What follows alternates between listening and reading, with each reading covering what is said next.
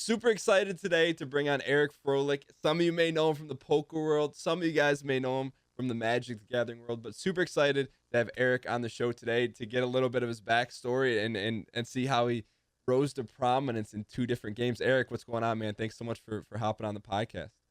I'm happy to be here. How you doing? Good. So we kind of connected, I feel like it's like the modern way to connect now. We just connected through Twitter and Twitch, and all of a sudden you get a DM from me, be like, hey, you want to come on? Yeah, I mean, to be honest with you, that's also how I met my wife. So she was streaming Magic the Gathering, and I saw her stream, and we started talking, and we went out on a date. She lived on the other side of the country. I was out in Vegas. She was in Philly, and there happened to be a tournament in DC. She came down to hang out. That was our first date, and now we're married. So wait. So I gotta ask, how did it? So like, I've heard of like sliding into the DMs. I've never heard like sliding into the Twitch chat. So like, you started streaming Magic, you clicked on it, and then like, how does it go from like never speaking a word to her to like chatting into now like going on a date?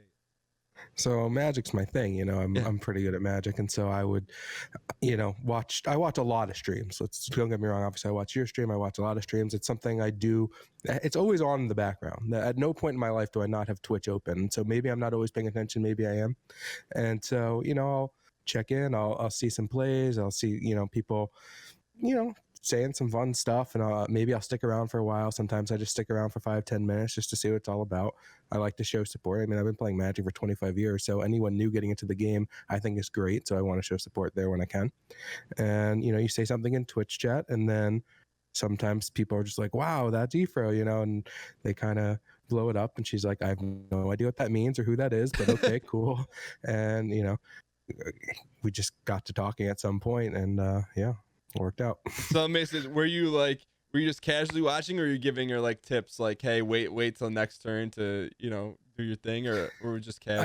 I can't watch the game and not give tips. Like, this is this is your life. This is something I've played for 25 years. So anytime I'm watching a game and I see a play that I think might maybe not everyone would see, maybe I think is kind of interesting, I'm always gonna give the tips to anyone. And so it's always a good chance for, I think, almost anyone, even people who have been playing for 20 years who are professionals, to, sometimes you miss something. Like, people come do it on my Twitch chat as well when I stream. And so, I think that's great to have that interaction. That's kind of the cool part of Twitch. So I try to give as many tips as I can. And hopefully it never feels like, you're crossing a bound. I'm not trying to tell someone, hey, you're bad, you need to do this and that. But, hey, like, maybe this play would work out better because of this. And it gives them something to think about. So I like to do that when I can. Cool. All right. So let's talk about your start in Magic. So you said you've been playing Magic for 25 years. So I'm guessing you started out like you went to the store, you saw a pack and you bought it, and the rest is history. Like, how did you first find Magic?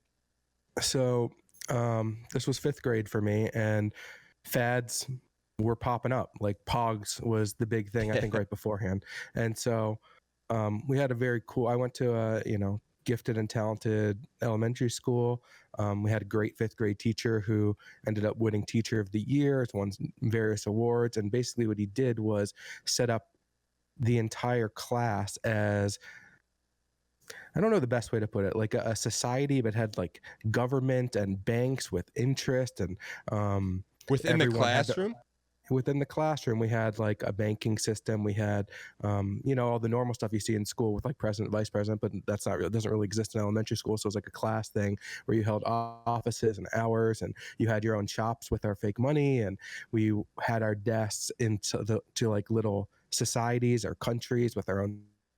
There was all sorts of cool stuff going on to kind of learn about how, not necessarily totally how the real world works, but a little bit more.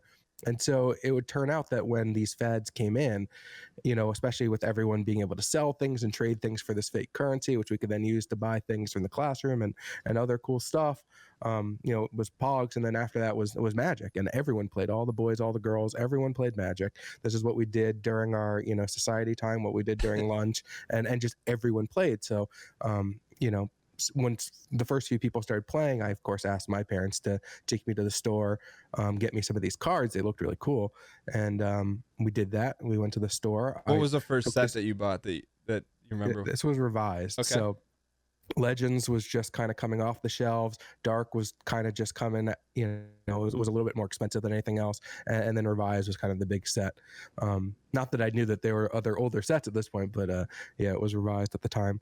And they had this like big kind of complicated rule book, and me being 10 years old, pretty bright 10-year-old, but there was still just stuff in there that was just too confusing for me. So it ended up being my dad reading the rule book and teaching me and my little brother how to play, and then they also played as well while I was growing up. So we had that in the house, we had that in the classroom, and yeah, it was just kind of awesome that I really took to it. And so I kept playing and ended up finding tournaments and stuff, and while I was still in elementary school. And by the next year, everyone had already moved on. I was the only one in the class still playing by sixth grade, but I was really into it at that point. So let me double back real quick. You said you went to like a gifted and talented school. What was that for? Like, did you have a propensity towards mathematics, or what put you in that position?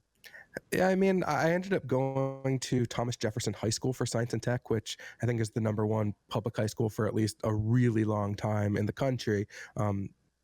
It like competes with Phillips and some of the other top high schools as far as private schools are concerned.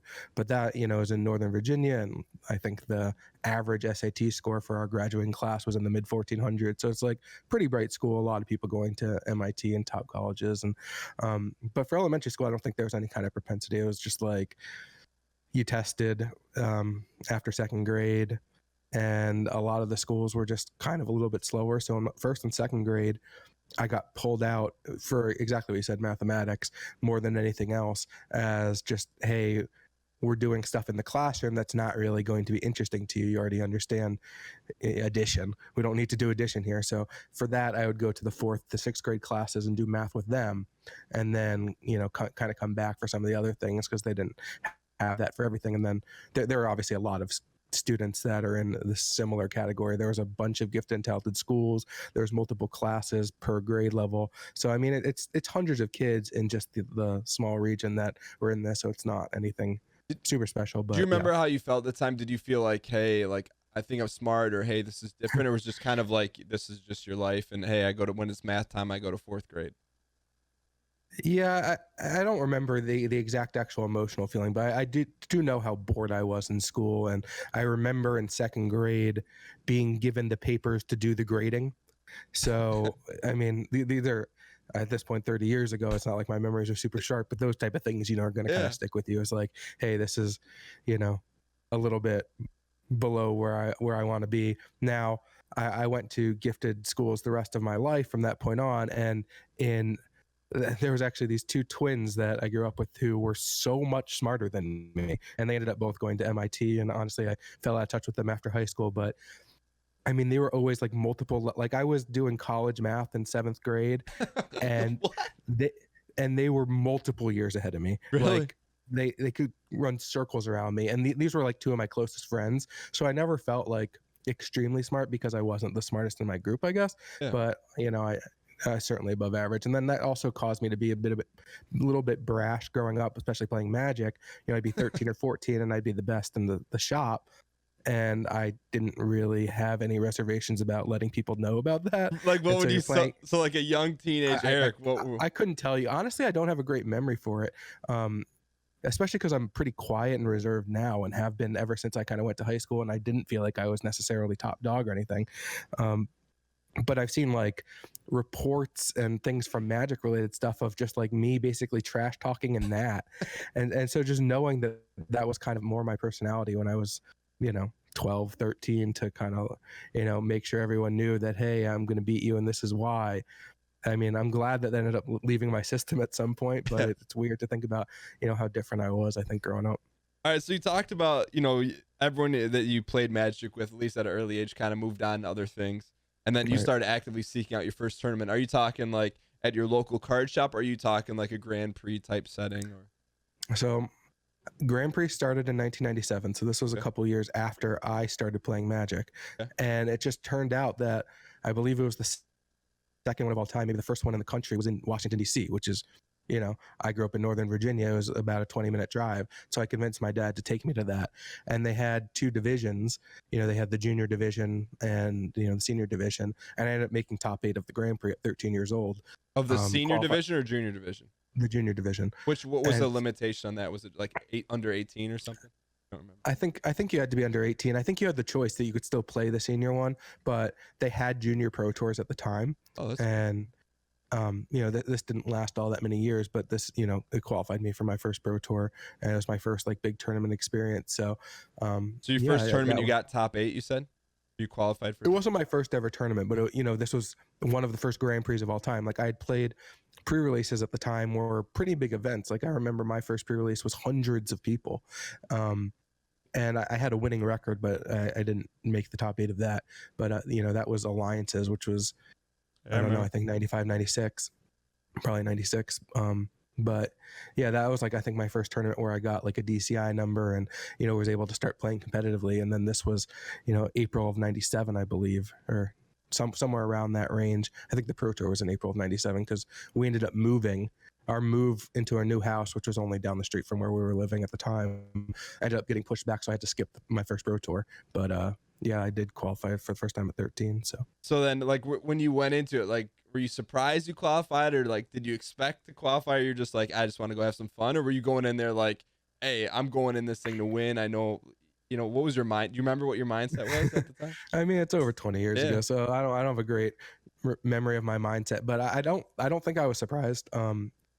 A lot of that comes from the fact that, hey, if you're playing, let's say you've only played like pickup basketball and you're playing around the street and you beat on everyone pretty easily. You're the best player in your pickup game. And then you go and play, a slightly bigger game. You don't necessarily know that, hey, this is a much tougher world. I mean, you're not playing against NBAers necessarily. So, you're just playing that next level and you do well. You probably aren't going to be too surprised. So I don't have a great memory of how I felt, but I don't think I was ever super surprised. I knew that I was kind of one of the top players in the area despite being very young, and I didn't necessarily know any better. The internet obviously wasn't a big thing since the 90s, so you don't necessarily know that there's people out there that are just head and shoulders better than you that do this all the time. You're like, this, I see my local area, I understand that I can play with the best of them, or so I think. And Grand Prix weren't necessarily a big thing yet either. Like people definitely traveled in and there were professional Magic players, but there wasn't a lot of them. And so a lot of it was playing against more local players. Like not like everyone came in from all over the world to play the first Grand Prix. And so, it was in a lot of ways very similar to just a very big local event. So, I was happy to do well. I didn't necessarily expect to do well, but I don't think I was shocked. So to go from there to like, when did it hit you that like, this is what you want to do and you're going to kind of go all in on this? Or was it never like that? Was it like you gradually progress into it, or was there a moment you're like, I got to make a decision? So I ended up putting more time into it a few years later. Like I qualified for that Pro Tour there, and I would just kind of play casually. They had just all limited Pro Tours back then. Now all Pro Tours, or I guess they just got rebranded to Mythic Championships, are split format. So it's 10 rounds constructed, 6 rounds of limited. There used to be all limited Pro Tours. And so those are the ones I focused on and tried to qualify for because I enjoyed limited a lot more. And so I started doing that, and I qualified and actually played my first Pro Tour that in 1999. So I guess I was 15. And I ended up qualifying for a handful of, just limited ones over the next few years to, those are the ones I focused on going to the qualifiers for, and that I usually did well and would qualify for. And I found my first success. It was around my senior year, so I was like 17, and I made my first Pro Tour top 8 right before I turned 18, and I ended up taking a lot of time. Can you explain what that means to make like a top 8? Can you, like, for people that aren't familiar with the competitive Magic scene, like, can you explain the importance of making a top 8? So top 8 is basically just the metric used as like a significant result. It's very obvious what it is. It's the top 8 players, but a lot of these tournaments are massive, and when even the Pro Tour at the time, which was 300, probably the 300 best players in the world, give or take a few. And so finishing in the top 8 of that's a very low percentage to finish in. So it required an excellent record. You had to win, 11 out of your 14 matches to do that. And so, it was definitely a big deal. And for Grand Prix, they're usually much bigger because they're open events. So sometimes it would get, 500 people. Nowadays, they sometimes get, the Vegas one got over 7,000 people. So it really just depends. Okay. And then top 8 also determines like the payout, right? Like top 8 is when you start to make some money. So they pay out quite a bit further down than top 8, but top 8 is where you start to see the real money, I guess. So for a pro tour, if you finish in like 60th place out of 300 or 400, you might get $500 to $1,000, and then it's a slow increase until you get to that top 8. So like your first top 8, I mean, we're talking what, late 90s, is that right, or early 2000s? No, yeah, it was 2002, like January-ish. 2002. Just to give people some context, you placed in your top 8. What the first purse or first amount of money that you won? What are we talking about? I mean, it wasn't a huge purse. I think I ended up, so that nowadays, if you finish in the top 8, 5th through 8th all get the same prize. I think first place in the tournaments back then was 30 to 40,000, but 5th to 8th was sliding, and because my tiebreak, like I finished the tournament when we cut to the top 8 and 4th. Okay. And then it turned out in the top 8 that 1st, 2nd, 3rd, and myself in 4th all lost the first round. So I finished the tournament in 8th. So I got, I think, $6,500. Okay. But that was like, that's the first check you remember getting. You're like, all right, this is some money. There had been a few other, so the difference between 8th and 9th is not necessarily huge. So I'd finished in the top 16 of other tournaments where I think the payout was like 4K, 5K type thing. So I'd had some finishes that were all in that, around $5,000 range, which all felt pretty good for a kid in high school. So, that money basically just got turned back into going to college and making sure, like, my dad traveled with me. Like, I was never really been out of the country at this point. I went out multiple times for Magic, and my dad always went with me, which I thought was really cool. Like, obviously my dad can be a little embarrassing, like all dads can be, but he's also just like the nicest guy, and goes above and beyond to be friendly to everyone. And so he would just treat everyone real nice and be good to my friends, and was really passionate. Like, my dad is extremely supportive and is one of those dads who's just like, no matter who he sees on the street will brag about me. And that's embarrassing but also cool. Yeah. So yeah, so when you're going to these Grand Prix, your dad's there, is he like, when the first day is over, is he like, hey, on turn 4 you missed this? Or is he just kind of like, he's just there as moral support, and you're like, hey, Dad, I got for this? The Grand Prix, my dad would play. Like, he enjoyed Magic too, and so he would go out there and he'd play, and he would not make day 2, and I would make day 2. And I don't think there's ever been, well, I can't say ever, because back when he taught me to play the game, it could have been differently. But, as far back as I can remember, and certainly the last 20 years, my dad has never told me a play that I've missed. I mean, he might have seen one, but he certainly hasn't told me about it. Got it. And so, I mean, at some point your dad had to realize, like, hey, my son's like abnormally really, really good at this game. Do you like, did he, I mean, to be supportive, he had to have some conversation with you about it at some point? Yeah, I don't remember necessarily a conversation. Again, I've said many times, 20 years ago, but the fact that they allowed me to take this time, like I was in high school, my dad is traveling with me, taking time off work, letting me take time off high school to go to London and Japan and France. And, we went to a lot of cool places. We went to Australia.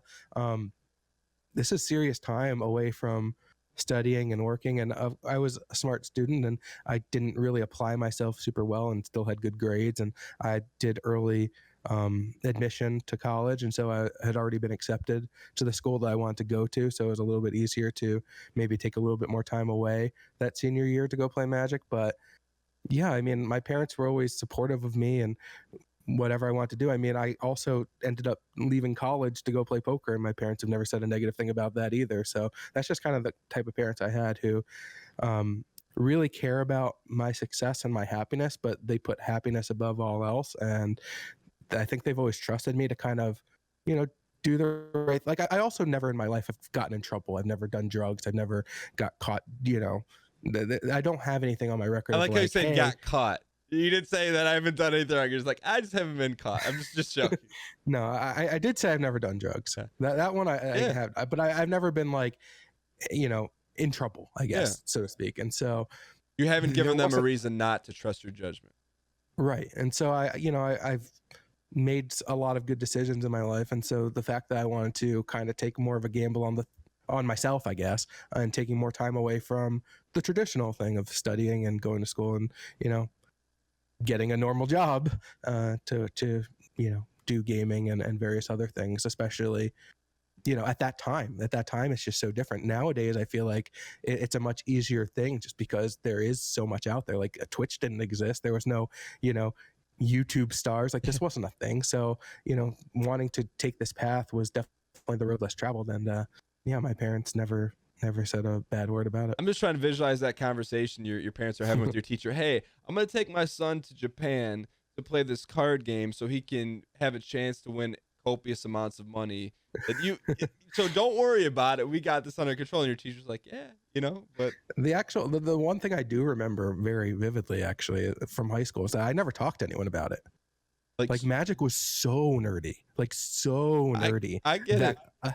Like gaming, again, not a big thing. Like people don't know what this is, and so this was just Dungeons and Dragons that, you know, people don't really talk about, especially when you're trying to fit in high school. And so the number of people that knew that I even played Magic, let alone that I was traveling the world and doing extremely well, was so small. Like this was just not a thing that was talked about at all. So you're just gone for like, you know, maybe 4 or 5 days from school and come back and people are just like, hey, where'd you go? Japan? Or you just said, I was sick. Like, what did you tell them? Or just kept your mouth shut? Honestly, I feel like my parents did not tell the teachers that we were doing things like this. I believe that we just called out sick. Yeah. I'm not 100% sure on that. And maybe at times, you know, we did talk to them, but so another thing I remember from my school in my senior year is the last like week or so of school, we had meetings with our guidance counselors, and she told me like, hey, you set the school record for most days missed in a year. So nice job with that. I'm like, thank you. You're like, hey, did you check my grade point? You check my SAT score? I think I'm doing all right, lady. Well, that's the thing. So another thing about my high school is we had lounges, we had multiple of those, and then we had like in the clinic, if you were just tired, you were allowed to check yourself out and just go take a nap. Like this was a thing.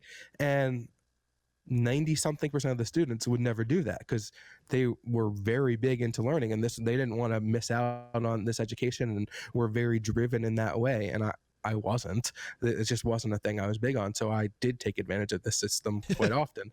But yeah, I mean, it honestly was just a school of, like, I consider myself to be extremely gifted and very lucky, especially because I've never really applied myself. And it's definitely one of my regrets that I feel like I've wasted some of what I was, like, I didn't do anything to, you know, be very intelligent. I believe that I am very intelligent. I'm not just gonna, you know, not say that, but I also didn't work for that. I didn't do anything to earn that. That was a product of, you know, what was given to me at birth. Like I didn't, and I feel like I've definitely squandered that a little bit. Like I think that going into gaming and doing the things I've done very much use a lot of the various intelligences I've been gifted with, but there's also a lot of other things I could have done and could have applied myself a lot more that I would have, you know, potentially contributed a lot more to society. And so that's also part of the reason why I try to give back where I can and try to do more charitable things. And I've been donating like coaching and stuff for free to people who I think are going to, you know, do good things, that like especially underrepresented people. Like I've been coaching a bunch of different women and children who are looking to get into things like streaming Magic, because that's great to see that visual representation. I think that's huge for, you know, demographics you don't see that much of, especially in a game like Magic, to help spread that and have them be accepted and enjoy it. And so I do try to give back in the ways that, you know, it's not necessarily a lot of skin off my nose or anything to help people get better at the game, but, you know, I am donating my time and energies and efforts to you're conscious do that. Yeah, that, you know, when you're doing something like playing poker, which is very much like, you know, you're taking money from people because they are generally not as intelligent as you. That is kind of the name of what poker is. If you're going to play consistently for a long time, you're basically looking to take advantage of people who are making mistakes, who are not fully processing what they should be processing. That is how you win, you know, at any of the middle to higher levels. And so it's not necessarily something that feels great. It's not like it doesn't contribute to society in any positive way. So it is a tough job to like really think about, like, hey, this is what I'm doing with my life. And so trying to give back in other ways where you can is, I mean, you're trying to balance out the scales more or less. Let A me. little bit, yeah. So you talk about like having some regret, in terms of, all right, so you've been given this gift and you've applied it, in a way that makes you happy. But in terms of what you think, let's just go down this path for a half second. What do you think you could have done that would have been more of a benefit to society using your intellect? So like in college, I was looking to go pre-law. Oh, because we need more lawyers in the country. Not necessarily. Yeah, I mean, I don't know. I haven't necessarily given a lot of thought. Like, you think about the things that. I mean, I spend a lot of time being very introverted and with my own thoughts and thinking about what kind of impact I'm going to leave on the world. And honestly, when I'm gone, I'm gone. Like, they can be like, okay, he was a great Magic player. Sure, he was a good poker player, put up some results, whatever. Where am I going to leave a lasting mark? And it's going to be tough to do. It's not like I'm going to go out there and cure cancer. It's just, Yeah. The lasting mark you're going to leave on the world is mostly going to be like, if I have children, like what they're going to do in the world more than anything else. And so where I can give back a little bit to make other people's lives a little bit better, I think is a little important to me. But yeah, like it's weird. It's weird to think about, like, when you're no longer here, that, it's just, okay, they're gone. That's it. And, if you can't leave that lasting mark, which it's going to be pretty hard to do in these lines of work, where else can you kind of contribute a little bit more? So that's a little bit where I'm at. That's cool. And I mean, you're obviously a young guy, but you got a lot of time left. But as you continue and you're successful, who knows, you may pivot in some sort of philanthropy. No, but you got plenty of time. But all right, let me double back real quick. You talk about college. So where did you go to college, and then you bailed on college? So I went to the University of Virginia. Okay. Growing up, Cavaliers. I was very 3 Cavaliers, right? All right. Yeah. Okay. Sorry, go ahead. Oh, I thought you said how many years. No, Cavaliers. Sorry. Yeah. The Virginia Cavaliers, or Wahoos. And I went for a few years. I was not very far away from graduating. I did struggle a little bit because they had a foreign language requirement. And for someone who doesn't study and never opened a textbook, and man, the way that my memory used to work was disgusting. Like, I could go to class, fall asleep, and remember the lecture. Like, I could recall the information for a test. And man, my memory's not good anymore, man. Getting old is tough. But yeah, it was crazy the way things used to work for me. And yeah, I never studied, never opened textbook. And for the first couple years of taking foreign language, that was still totally fine. And then I got to that like third semester, and I'm just like, there's no way I cannot fail. Like, I know nothing. The things I've memorized are no longer relevant. I'm not going to be able to conjugate and form all this. Like, I just no chance I can recall this. And so this is going to be miserable. But yeah, so I was trying to figure out what to do with that. And what ended up happening was my mom got diagnosed with multiple brain tumors. And so I took time off school to be home. They ended up, not cancerous. The surgery was beyond miraculous how successful it was. So she lost hearing in one ear, but even they gave us best case scenario, and she exceeded best case scenario. Like, you're supposed to have like all these facial deformities at the very minimum, and didn't really have any of that either. So was definitely very lucky there. But while I was at home, I turned 21 and I played an online qualifier for the World Series of Poker. Just a couple days after my 21st birthday, ended up winning that. So I ended up, I'm like, okay, well, I'll take another semester off because I'm going to be going out to Vegas. I'm going to be playing the World Series of Poker main event, and maybe I'll play a few other events because I was getting more into poker at the time. Let me ask this. Did you play? You still played Magic throughout college? Was there just less activity in Magic? Or? So I stopped playing Magic for the most part. Like, I think no one ever really quits playing Magic, but the amount of Magic I played was extreme. Like, it would definitely round to 0. So like my freshman year, because I had a great year on the Pro Tour, I made my top 8 and whatnot. My senior year, I was qualified for a lot of these big invitation only events for my first year of college, but I wasn't really playing Magic. So I was going to these events, collecting, the paycheck just for being there.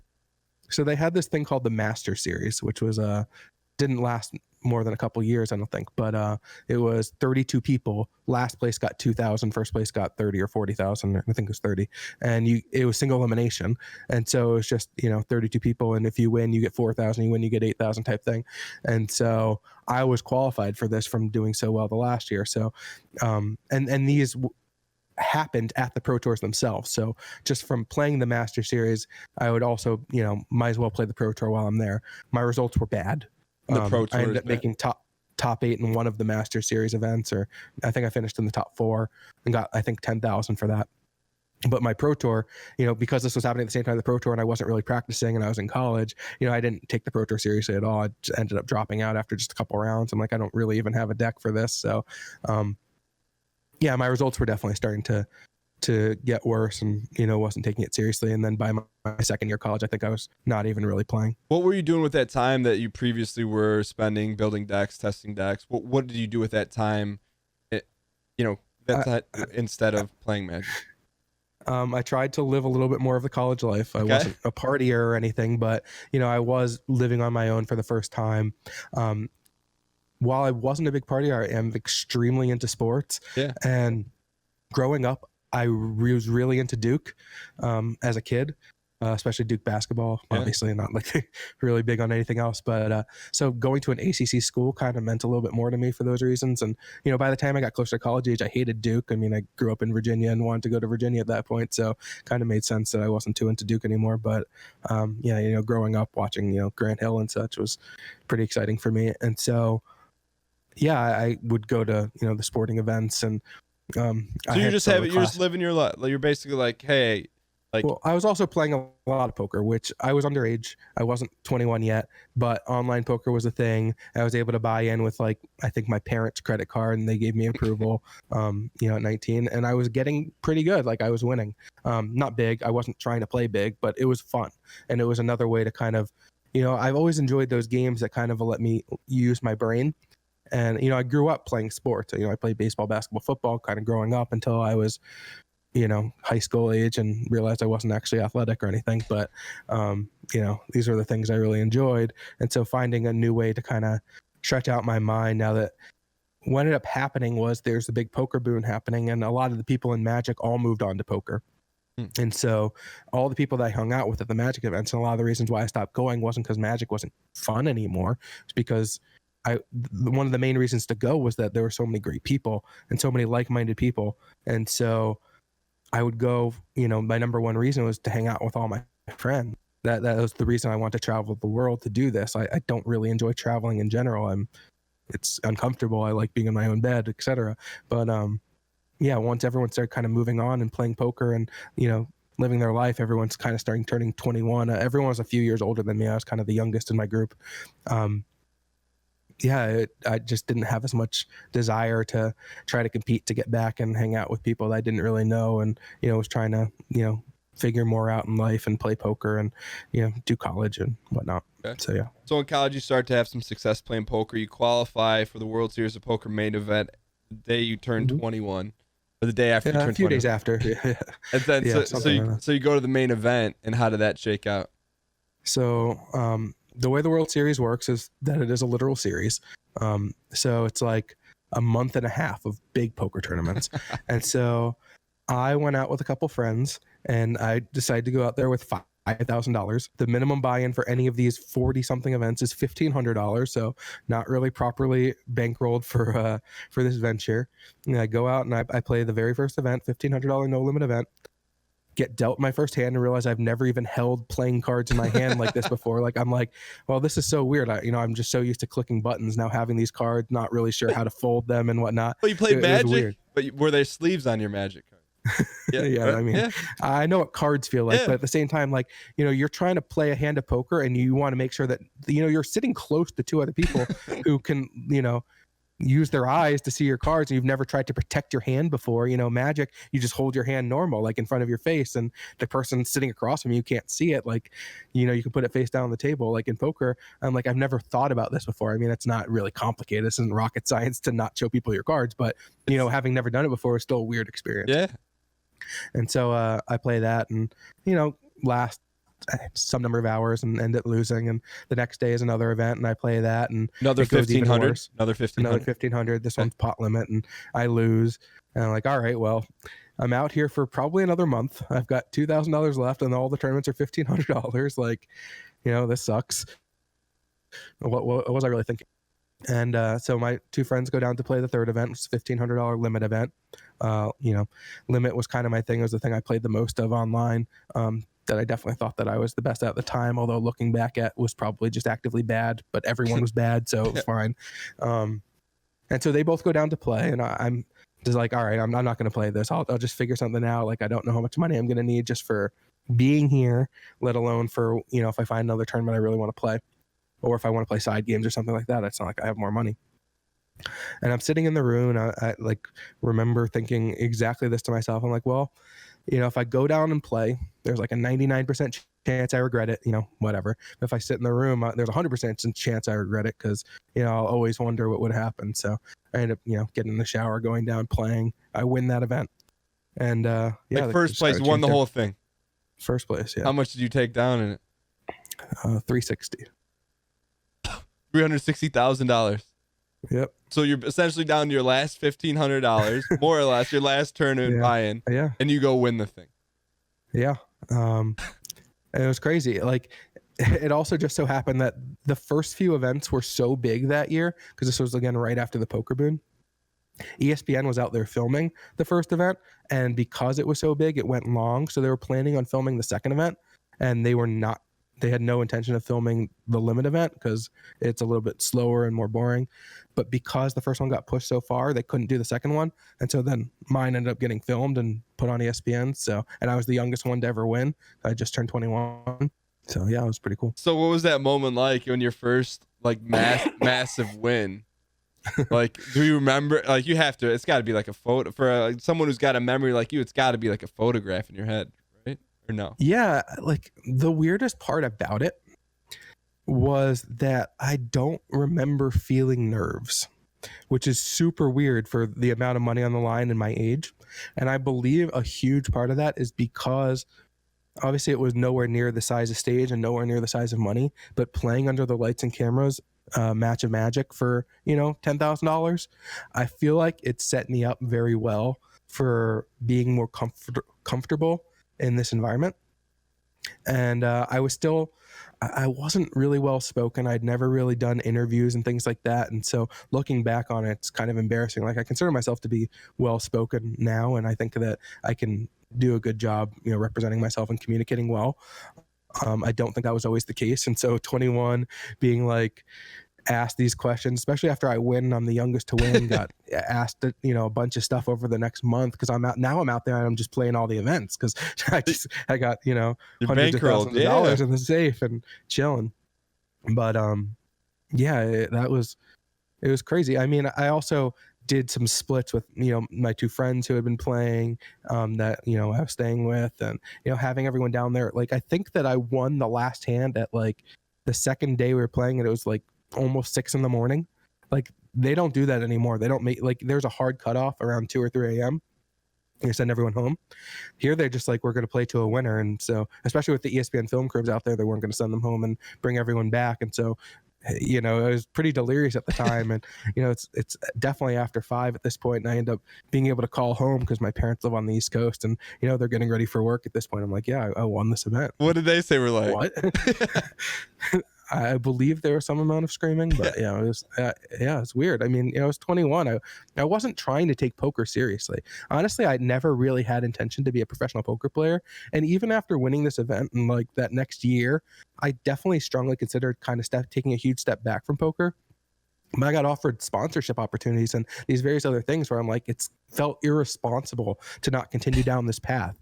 Like, this was just a great opportunity that I kind of lucked into in a lot of ways, because I didn't deserve to win by any stretch. I mean, I why do you say that?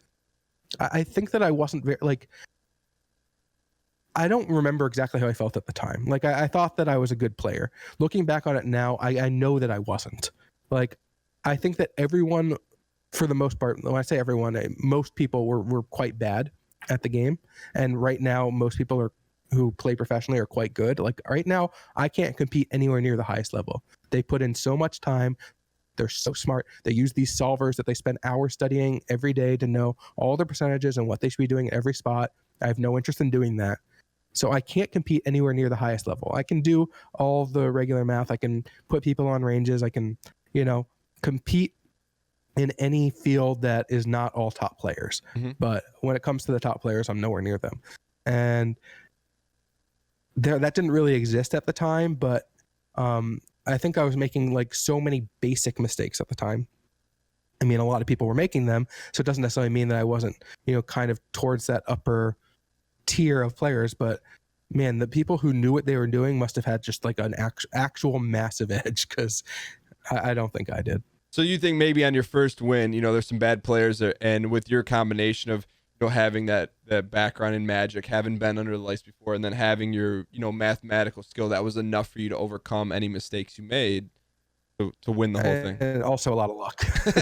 And I know it's not like that first event was also close to over 1,100 players, which is very abnormal. Mm-hmm. And so if you have, let's say there are 50 players who are great, odds of a lot of them getting unlucky at various points is still pretty high. And so if you're kind of in that upper tier of not the best players, can certainly put yourself in a good position to win. That's kind of where I think I was, but I think I was pretty head and shoulders below the top tier. All right, so you win your first major event at 21. What happens over, like, when do you get back into Magic? What's your next 5 years? Are you just out there grinding tournaments, or?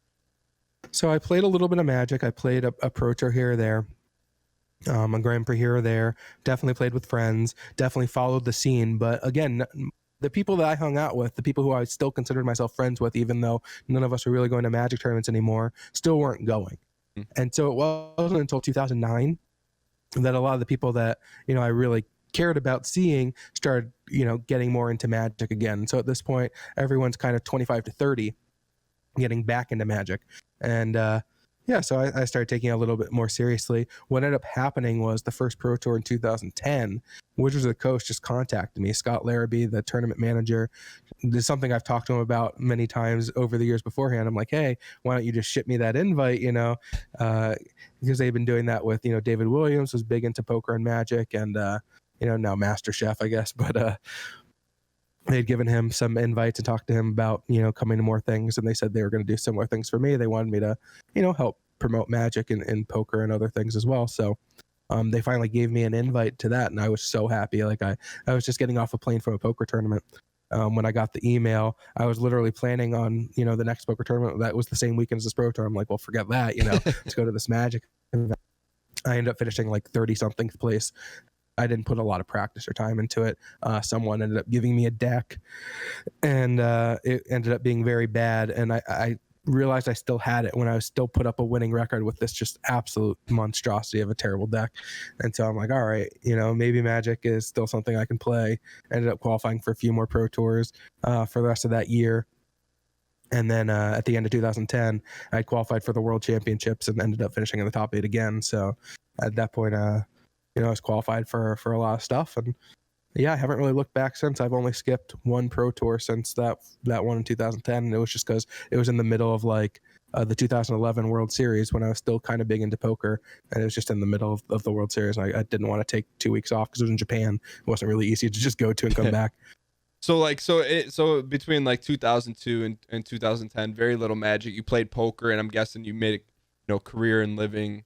Did you take down some more big events in that time between 2000? Yeah, I ended up going back to the World Series, every year, but I won that first bracelet in 2005. I came back in 2006 and became the youngest to ever win 2 bracelets. So I took down a second one I think that one was for 300 in a completely different game, Pot Limit Omaha.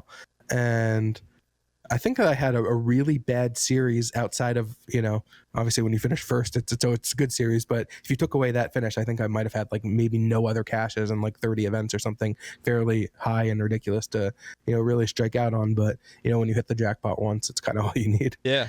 So then you're kind of is your passion starting to wane for poker around 2010 when you get the invite and you just need a new challenge, or you just, what's... Yeah, I mean, poker was definitely... there was a time period right after Chris Moneymaker won the main event, and there was a big poker boom that playing online poker, it honestly, to describe it, I feel like everyone who was intelligent was basically printing money. And I had a lot of friends who will tell you they were not good at poker. They weren't, and they didn't care to be. but they could go online, have some basic understanding of math, and play these middle limits, and they couldn't lose because there were so many people. It was online, so you can't see them. But this is Friday and Saturday night. People get their paycheck and assume they've been drinking or something, and would just go online and just try to have fun and lose money. And it was a consistent thing. And I mean, that's kind of where I was going with, like, that doesn't necessarily feel good when you try to think about the fact that this is a real person. But when you're, playing online, it's just an avatar, just pixels. There's not a real person. Like, the little dancing banana is losing all this money. It's like, that's no big deal. But yeah, that really is what it is. And so everyone was making money, everyone. And it's just how it was for a while. And of course that dies down. I mean, people don't necessarily want to lose their money forever. Some of that money runs out. And what ended up happening was laws got passed in this country that basically limited, once NetTeller got banned, which was like the online banking, made it really easy to put money into anything. And you could move money around instantly, like with no hassle whatsoever.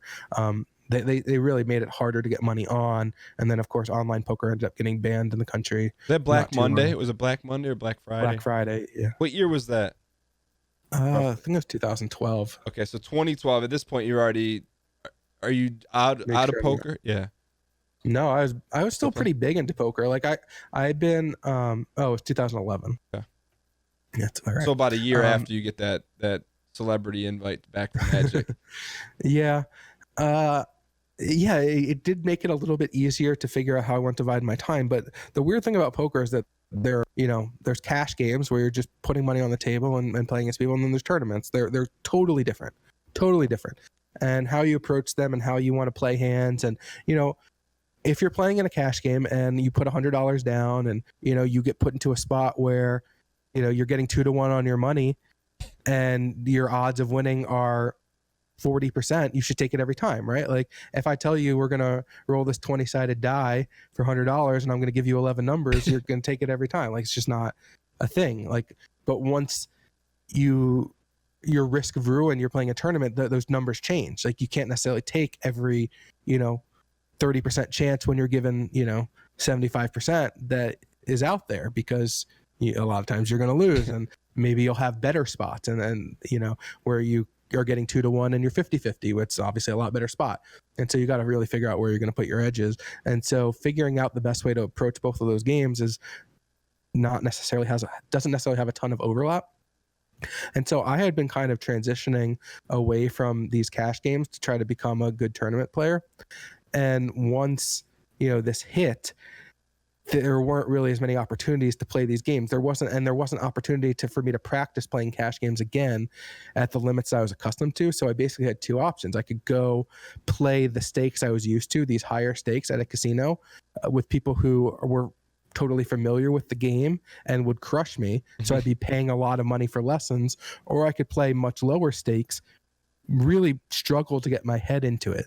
Like, I mean, if we put you in a Big Brother game where you're playing for $100 instead of for 500,000, like you're just not going to do the same things. Like it's just not. You can't fully invest yourself into. It's just when you're used to playing for a certain something on the line, and there's like, cut that by 90%. Exactly. Yeah. So if you want to practice, it's just you can't really do it, because you're either going to be playing above your head, or you're going to be playing in games where you can't force yourself to commit fully. And it put me in this really weird spot of like, I don't even know how to play poker now, because these tournaments don't exist. And if I want to play cash games, I'm either going to get buried, or I'm going to not take it seriously, and it's not going to be fun. If I'm not taking it seriously and I'm not playing for real stakes, it's not going to be fun either. So what am I going to do? And so it was a really weird spot to be in. I mean, at this time I was looking into moving to potentially to San Diego, buy these, it's an expensive area. Houses are not cheap. And like all of my income source has just gone away. I'm like, this is just, I don't know what to do. Like the thing was, when I was splitting my time between Magic and poker and playing both of them, is Magic was the thing for fun. Like, yes, winning $10,000 is nice, but hey, when you fly out to Japan and stay in a hotel for a week and, buy all the cards and this and that, like, and you only make the top 8, it's 1%, 2%, 3% of the field, whatever it is, depending on the tournament, doesn't happen very often. There's not a lot of money in Magic. There certainly wasn't at the time. So I was making money playing poker and just playing Magic for fun. And it was a competitive outlet, and I loved it. And It was great, but I didn't have any illusions of like, I'm going to support myself off Magic. It just wasn't real. Now, that might be changing this year for the first time, finally. I mean, this is, again, 9 years after that. But yeah, that just wasn't really how it was. All right, so after Black Friday and things started to change for you, we're in the spot where you're like, hey, I can't practice, or it's not viable for me to practice. Like, catch us up to modern day. So what did you do from like 2012 to now, like to sustain yourself? And I still played a handful of tournaments when they were around. I've never skipped a World Series, but if you look at what I did last year at the World Series, I played one tournament and the main event. That's coming down from 2007, where I probably played 35 tournaments in the main event. So, I mean, just a massive shift. And I used to travel to some of the other big tournaments. There were plenty of big tournaments in Vegas I would travel out for. Now I live in Vegas and I don't play them. So the amount of, like, the last hand of poker I played was the hand I busted out of the main event, which was in July. That was the last hand I played of poker. Why is that? Why is that? It's not... A of all, I'm not the best. Again, if I want to go play a regular cash game, it's very similar to what I just described in 2011, in that these people play every day. They're better than me. Like I don't play, like I haven't played. And if I want to get back into that, I'm going to go through the same process of either getting buried or being bored for a while. As far as tournaments, the tournaments are just worse. The main event is a great tournament because 7,000 people come and play and put up $10,000, and first place is 8 million. Like, that is a great tournament. There's no point in your life where, if you are a real poker player, this is not a good investment for you. You should have seen your face light up when you talk about you're talking about like tournaments, and you talk about the main event. It's like a Christmas tree. You're fired up, Right. I think that's going to be the case for any poker player. Like, the main event is just not. No matter how retired you are from poker, no matter how removed you are, you're going to want to play that main event. It's just such a big opportunity. The feeling of being there is great. It's like you walk into that room and just like, I mean, I've done it 15 times and it's still just like, wow, like this is a thing. Like, you see these seas of people and chips like being shuffled, and it's crazy. The main event's great, but yeah, the average tournament is just a lot of good players in a much smaller field. Like, even the ones that get 1,000 people, there's a lot of really good poker players, especially when you're talking about playing No Limit Hold'em, which is the game that everyone plays. A lot of it is fairly solved, and there are those top players I was talking about who play that I'm nowhere near, who are spending so much time like in the quote unquote lab, really learning everything there is to learn, and they're way above everyone else, and especially above me, who I'm just not playing on a regular basis, and a lot of people are. So my edge would be very small in any of those events, if there's any at all. I might just be an underdog. And for some of the bigger ones, that's no longer the case, because once you add a bunch of recreational players, my edge gets pretty big. I mean, that's just kind of how it is. And I don't think that any of the people who are recreational players, they have no illusions of that not being the case. So doesn't even feel bad. Like, no one is there like, wow, they took advantage of me and took my money. Like, they're going in there because it's a ton of fun. Yeah. And I think they all realize that. And a lot of people play their home games and send one person into it. They all put up 1,000 type thing, and 10 people, and one person goes play the main event. And that's great. Like, there's all these great stories, and all, a lot of these people will end up having deep runs because there's so many of them, and it's really cool. So the main event's great, and those big tournaments are great, but it's hard on a day-to-day basis. Like, I don't really want to leave the house. Like, I work at home. I have a family. I like my house. It's really nice. So I try not to do too much traveling, especially if I'm going to be traveling for Magic too. Yeah. So okay. So I get where poker's at and where you're at. Like, you can just tell from your standpoint, like, to do what you need to do what needs to be done to win. Doesn't seem like you want to do it, which is, like, you've already done it. It's a different field now. So now we're talking about Magic. So now, like, poker's kind of like waning down. Now Magic is back. Like, it's like a roller coaster. So talk to me about like where we are now with Magic and what you're looking forward to. Yeah, I don't know how much of it you've been following of the recent announcements over the past few months, but Magic is diving into esports, and they threw $10 million at it this year. I'm actually going to Boston on Monday for PAX East. They are having a big invitational tournament. It's going to be 64 people with $1 million prize pool. So, I mean, tell me your odds. I don't know what that is, but what are your odds? Well, I mean, your equity is over $15,000. $15,000 a person just for, showing up on average.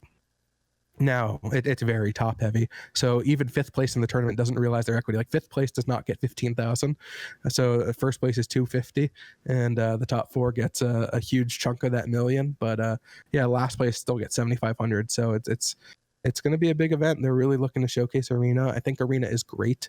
I think it's a great product. Yeah. And so I mean, yeah, like I'm glad it's here, but it's like, you know, like you know. But anyway, so this field of 64. Like, without not being cocky or anything, like, where do you think you are in the ranking of them right now? Like, so the way the field of 64 works is they developed a Magic Pro League, which is 32 people. It was based on rankings from last year. So basically like the top 32 point earners from last year. I think of the skill level of the top 32, I would certainly put myself in the top half. Mm-hmm. Of the 32 competitors, some of them are the best players in the world. Some of them are streamers. Some of them are challengers. Some of them are entertainers. So easy. That's easy money. Well, the thing is, as you probably learned from your time playing Magic, is no matter who you play against, no matter who you are, assuming that you know all the rules and know what your cards do, your odds of beating the best in the world is not that low. It's just not. Like, sure, you might only win 30-ish% of the time, but that's still a lot more than zero. Yeah. So, yeah, my odds of winning each match are not going to be that much more than 50%. I don't think they are for anyone. I think whoever number one is in this tournament, their odds of, winning each match is not that much above 50%. Why do you say that? Well, Magic has a large amount of variance. I've tested a lot for this tournament, and it's using that is called Duo Standard, which is basically you're bringing two decks to play best of one with. You play one game with the first deck, then whoever did not win the choice to play or draw, or whoever does not play in the first game plays first in the second game when both people play their other deck forced. And then whoever wins the die roll for game 3 gets to choose play or draw. And in my testing, the person who gets to go first wins a massive percentage. The amount that they win more than the person on the draw is huge. And so there is a huge amount of variance that's going to come down to that. I don't think that's necessarily a bad thing. I think that this will do a lot to be very exciting and showcase Arena. And I don't believe that this is intended to showcase who has the most skill.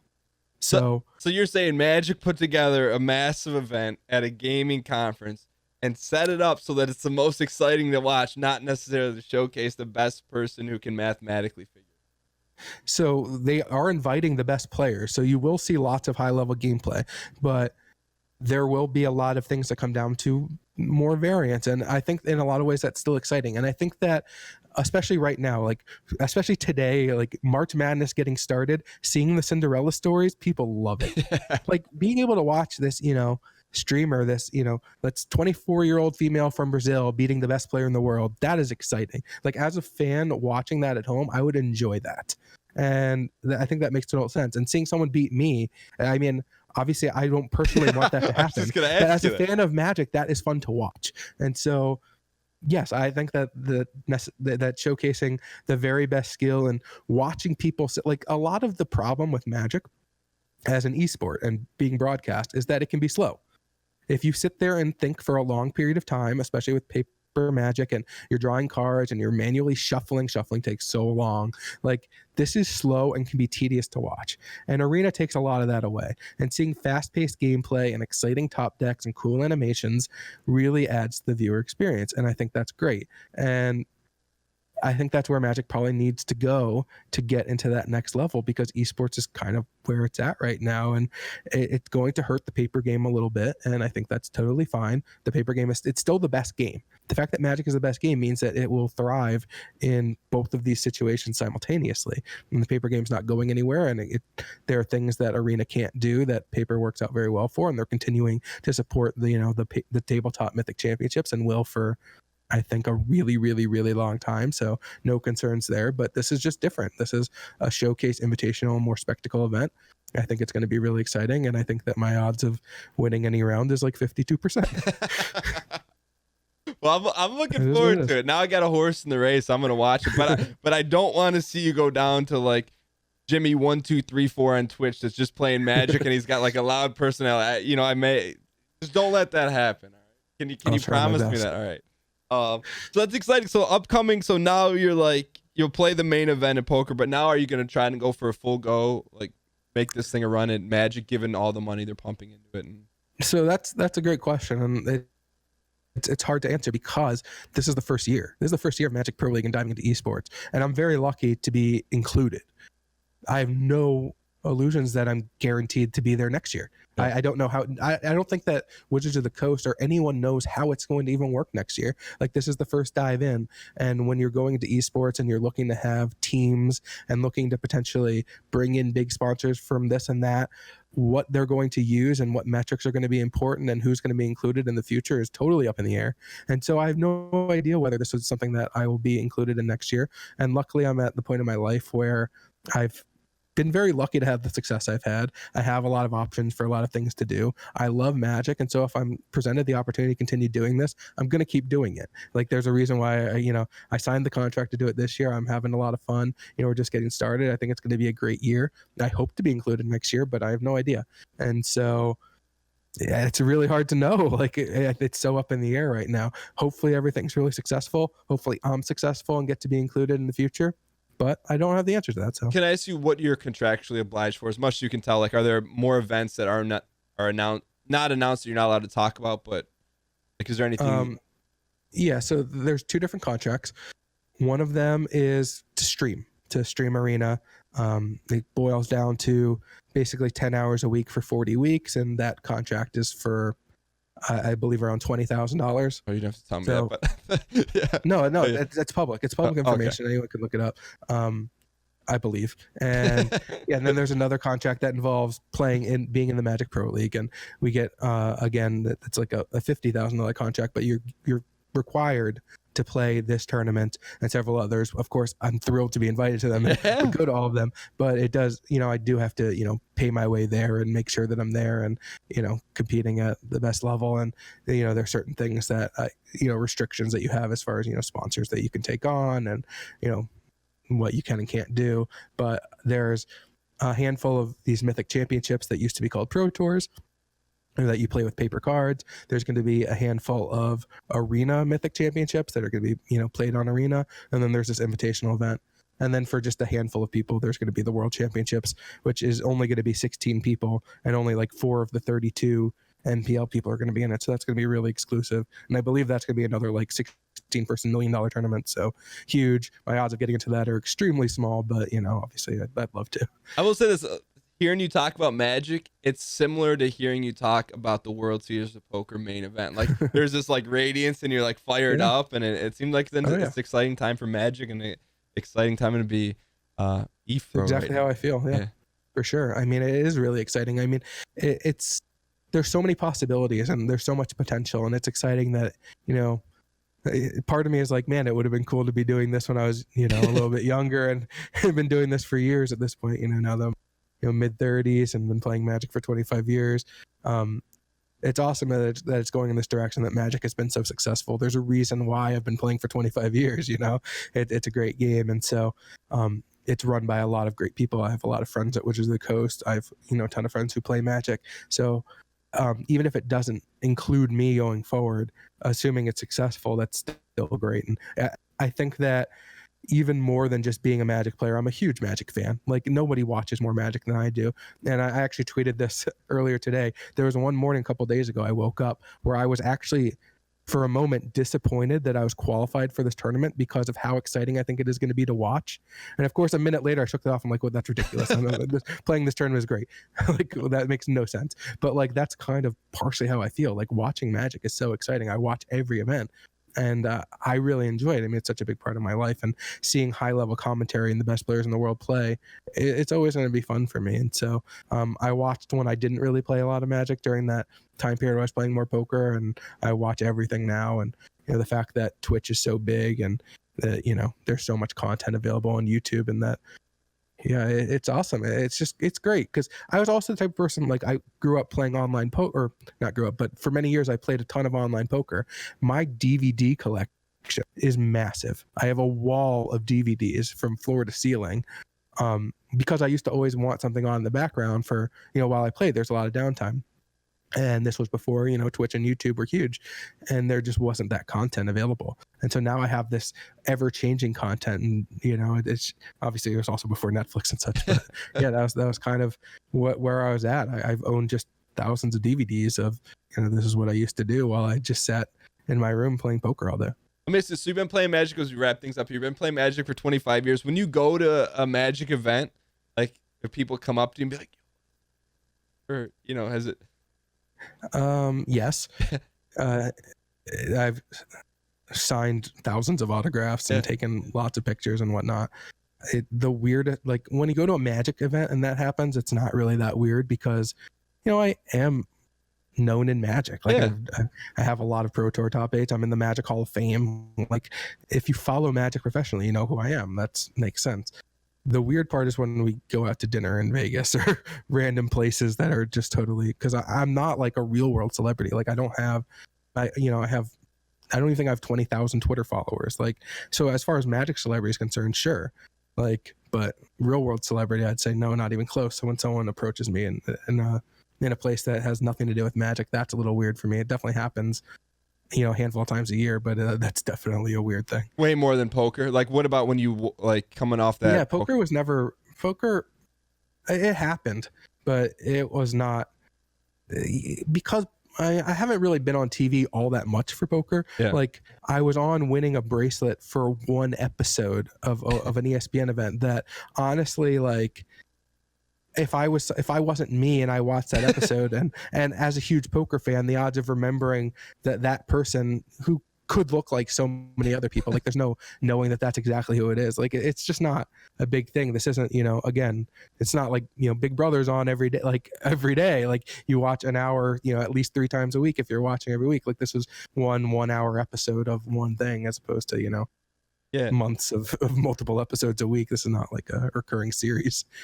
Got it. So let me ask you this. So as we close things out, what would be one piece of advice to someone who's like looking to do what you're doing right now in Magic?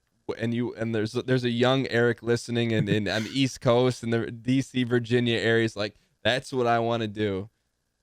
What would you tell them? I've never really given anyone the advice to go into playing games professionally, but that's also continues to change throughout the years. I mean, honestly, you should be following the things that you enjoy, striving to be like a professional Magic player, to win at the high levels where there is just huge variance and a lot of things just out of your control is tough. Like if you put a lot of stock into your own results for something that has high variance, you're going to get down. It's going to be hard on you because the best players in the world have years of just losing nonstop because that just happens. Like the best in the world, if you look at their lifetime win percentage at the Pro Tour, it's in the 60s. It's not in the 90s. Like it's just hard to win. You're not going to go out there and just crush people week after week. And so you see a lot of people who are very good and very young getting very down on themselves because they come close to qualifying for the Pro Tour and don't reach their goals. And someone who, let's say you have to finish first for it to matter, and you make top 8 week after week, but you never finish first and you're coming up just short and you're like, I'm not good enough. Well, no, like if you're able to consistently win on that level, but variance kicks in a little bit at the end, that's incredibly impressive. You want consistency. Like the best players in the world are the ones who can win consistently, not the ones who spike here and there. That's not necessarily anything special when you're talking about something that does have variance in it. This isn't a chess tournament. So yeah, it's a lot of it is just not getting down on yourself and I guess trust the process to go to the sports metaphor. But yeah, just to do your thing and keep practicing, keep your head up and realize that, hey, if you're able to win consistently and, you learn from your mistakes because everyone makes them, don't beat yourself up too much and that you do break through. Like that's just how it works. You don't have to be the best to break through to have variance work in your favor. So if you are one of the best and variance has been against you a little bit towards the end, you'll for sure break through. It's just a guarantee. That's how it works. Well, Eric, thanks so much for coming on. I have one final question. I'm going to put you on the spot. Some point, it doesn't have to be tomorrow, but in the next year, I want to put my best deck on the line in arena against you. I'll tip my hand a little bit. It's called Johnny's a Johnny.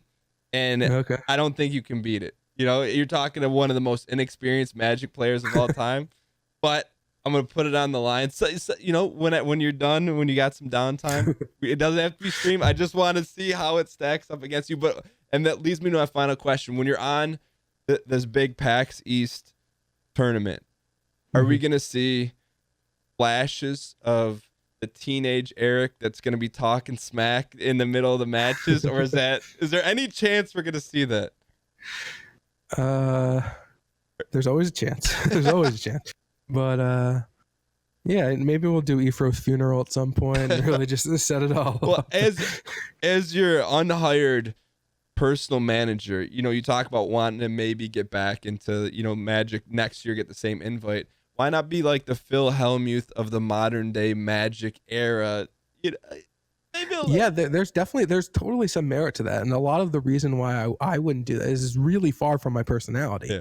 Like that's tough. It's tough to go totally kind of against your real character when you're playing a character. But I mean it is kind of pretty far away from what Phil Hellmuth's character is away from the table too. The guy is just a total sweetheart, but he's a total the table. So it is very weird. Of course, that comes out natural for him. Have you thought about that? Because if this is good, you gotta have personas. Yeah. Part of the thing, it's a little bit weird because we are kind of in this era of things like sponsorships really do matter, and the lines that you need to not cross are not necessarily well defined in some areas, and so I don't know. It's tough because a lot of fans, like Phil Hellmuth, is a beloved poker player, but he's also probably the most hated poker player. So the number of people who just despise him is a huge number. And of course, there's tons of people who love him too. And finding that balance where you're not just hated by everyone is also tough. It's definitely a risky proposition. But so let me just float this.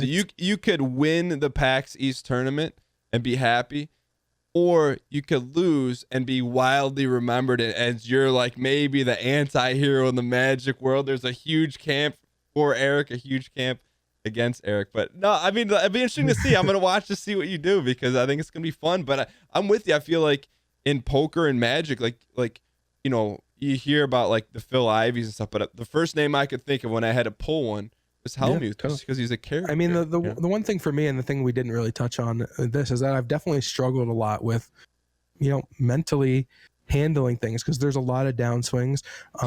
I when I say don't invest too much into your results, part of that comes from experience because I invest a lot into my own results.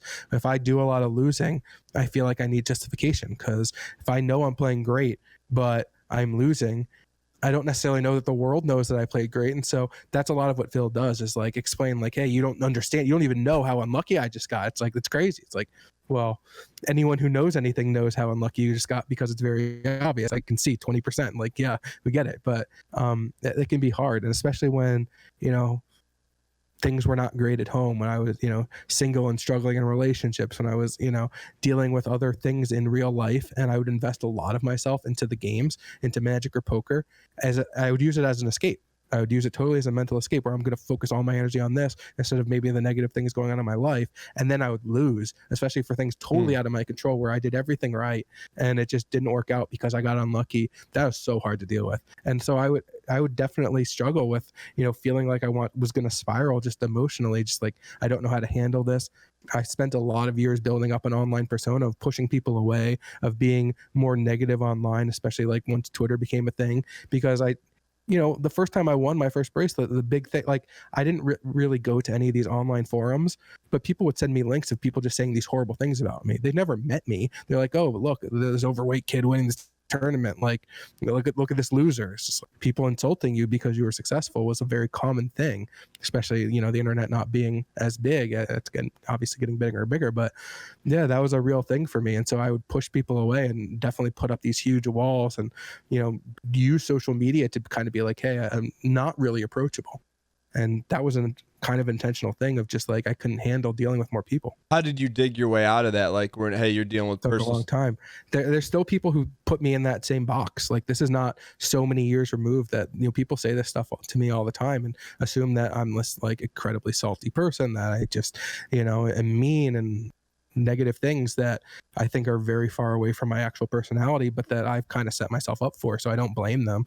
I did this to myself, but yeah, it's tough. And I try to, put myself out there where I can now. I'm in a much better place. I'm in, you know, a healthy relationship. I'm married. I'm happy. Like my life is going well. I realize how lucky I am. And, you know, I am very unlucky in a lot of ways. I can quantifiably show you how unlucky I've gotten in all these spots over all these years. Like it's very easy to do, but, you know, of course I recognize how lucky I am to be at where I am in life and how fortunate I've been. And so I do try to promote that a little bit more nowadays to let people see more of the real me. What if you had to pinpoint one or two things that help you kind of flip the switch of like, hey, here's this wall, and now it's like the wall's not there, but I know it just doesn't happen overnight. But what do you point to be like, hey, this helped that process? Well, I was fairly conscious of what I was doing. I was very accepting of pushing people away and not letting people in, and was okay doing that. I have no problem talking about the fact that, you know, I did go to therapy for years. I think it's very important for, you know, most people to do. It's just a very helpful and healthy thing. And I think that, you know, a lot of people struggle with that kind of stuff, and it's a great tool to be able to use. And so it's certainly one that I've used. And just embracing, you know, the positive people around you, finding, you know, good relationship. I've like embracing spending more time. Like my parents, like I told you, they've always been great. They've always been supportive, and it's something I'm incredibly lucky to have, because I don't think most people do, especially on that level, to know that, hey, when I'm struggling, that I can turn to these people who are, you know, consistently positive and consistently there for me. And that is just something I'm very lucky to have, that I don't think everyone necessarily has that with their family, but hopefully can find that with, you know, friends and other people in their lives if they don't have that. And so, you know, just kind of embracing that and being more open to positivity and love and relationships, and just yeah. And also, like, I mean, I'm not stupid. Like, I understand that, you know, when you win 60% of the time, you lose 40% of the time. Like, it's just how it works. It's just, you can't control that. And so it can be hard when those 40% feel like they're coming up more often than not. But yeah, that's just part of life.